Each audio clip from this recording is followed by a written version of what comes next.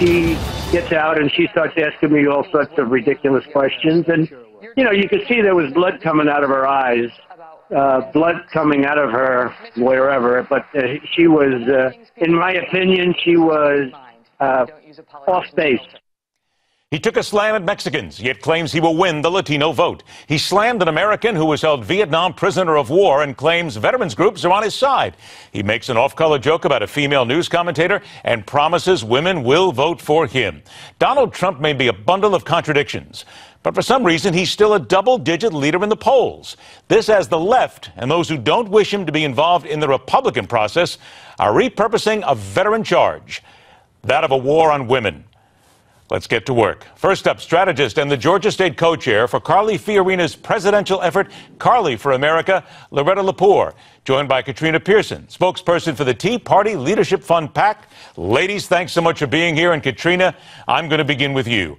After what the Donald has said, after everything that's been done, the man still has a double-digit lead in the polls. So if he is such a terrible guy, why is it that America still falls behind him? Well, I think that's the question, Ed, and people just don't want to hear the answer. I mean, a poll that just came out today from the Morning Consult that was taken over the weekend now has him up to 32% and his favorables at 67%. How can this be happening, everyone's asking, but here's the simple answer.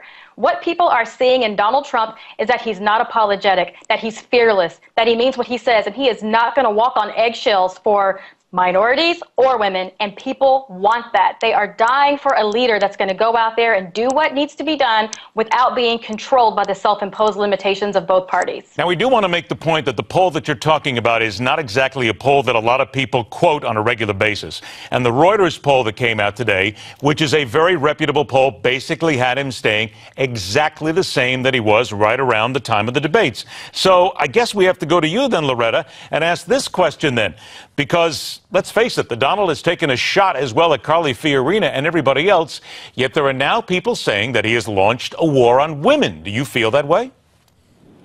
Well, I think Carly's been very clear in both the debates and in subsequent interviews that Donald Trump has really tapped into something. He's tapped into an anger across America and with voters out there. They're tired of political correctness. You know, as Katrina said, you know, they want to hear it straight. They don't want to hear any sensitized sound bites anymore or bumper sticker type rhetoric. They just want to hear the facts and solutions that are going to be offered.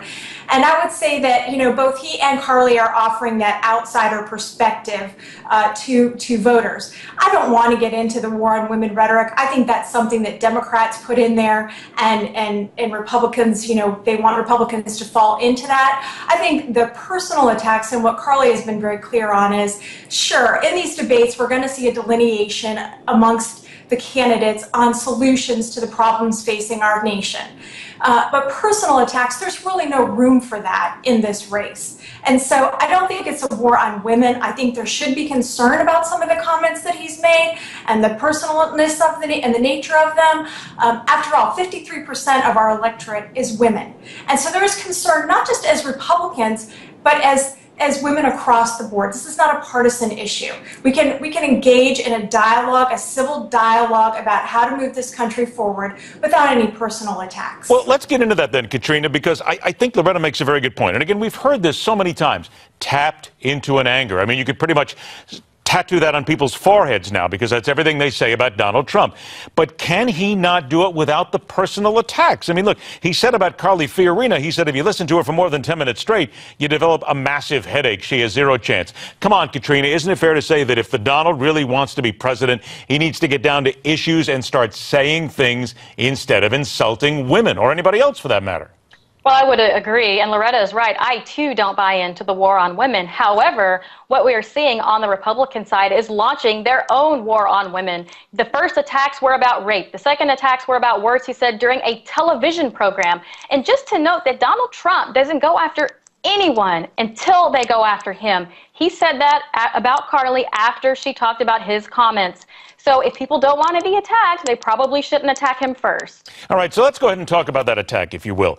There's something on the internet right now that's blown up. It's called The Viewer's View. These ladies are Lynette Hardaway and Rochelle Richardson. We had them both on the show first here on the Hardline. We had them on last week, and it absolutely blew up across the internet. People have been watching this for days here. They took to defending Donald Trump's comments about Megyn Kelly, saying that she was the one who first went on the offensive. I want you to both listen. Here's what they said. She assassinated his character. That's what she did. She took and assassinated Donald Trump character right there in front of national TV, in front of 25 million people. Yes. So if this party is divided, it's divided because of Kelly Megyn and Eric Erickson. I love it when she calls her Kelly Megyn, as a matter of fact. Loretta, let me ask you then, because this is really coming down to, I don't know whether it's a tempest in a teapot or not here, but he and so many others, the Donald, are claiming that they came after him. It was unfair.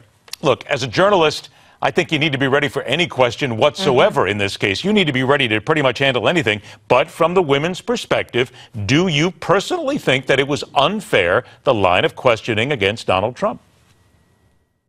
Well, I personally don't. I'm a former journalist myself, and so I think when candidates step into the ring, they need to be prepared for any type of question, whether they deem it to be fair or unfair. I mean, let's be clear, and as Carly stated this weekend, the reporter's job is to ask the question. It's the candidate's job to answer the question as they deem fit. You know, so Megyn Kelly asked the question as she thought was appropriate, and Donald Trump answered the question as he thought it to be appropriate, and then had ensuing commentary. I think the other part of this is that these debates are showcases for the candidates, but they are also showcases as to the fortitude and stamina and character of the candidates as well. There's a tremendous amount of pressure on these candidates going into these debates. And part of what the debates do is they determine how these candidates or how these individuals will hold up under stress. So when you're in the White House, when you're in the Oval Office, you've got to make a lot of tough decisions. You've got to be able to withstand a debate no matter what happens. You got to take the heat, right, Loretta? I mean, no matter how it slides, you got to take the heat if you're going to get in there. Look, if you want to play lumberjack, learn to handle your end of the log. I mean, that's really what it's all about when you get down to this. Katrina, let me ask you, I've only got about a minute left here. Today, Lindsey Graham came out and said that Hillary Clinton would beat Donald Trump like a drum. What do you think? Well, I don't think so. I mean, if you look at what Donald Trump is pulling in, for example, black women, I think there's an electorate out there that he can actually bring to the party. For example, the video that you just talked about. And, you know, Donald Trump is a first-time candidate. It was his very first debate. He has learning experiences. And so I think people forgive him for that performance. Now, let's talk about a debate for a moment here. And this is a question, Loretta, I've been waiting to ask all day. I know you work closely with Carly Fiorina's campaign. I got about 30 seconds left. Do you think that Carly would just love to get Donald Trump in a one-on-one debate? You could sell pay-per-view tickets to this thing and you could make a fortune. Well, I don't know about that, but I can assure you that Carly is looking forward to the debate stage with Hillary Clinton, hands down. There's no question about that. And I think there's a lot of Americans that would like to see that debate, too. Let's just put it this way. I think all three of us can agree on one thing. Carly Fiorina showed that she really has the guts to move forward here, and it is going to be great to see her on the next stage because that's where she's going to wind up. Loretta Lepore, Katrina Pierson, always a pleasure to have you both on the show. Thanks so much for joining us, ladies. We want to remind everybody that Newsmax here continues to cover the race for the White House. And by the way, we just spoke about Carly Fiorina. How'd you like to learn a little bit more? Front cover of the new edition of the Newsmax magazine, meet the new antidote for Hillary Clinton. Go to Newsmax.com, find out how to get your copy. Make sure that you read the article. It'll give you a real insight. And don't worry about it. We're getting Carly Fiorina back on this show real soon. All right, coming up next, Ferguson explodes again, and it's time to stop asking the same useless questions. Stay with us. The fastest 60 minutes of news, The Hardline, continues.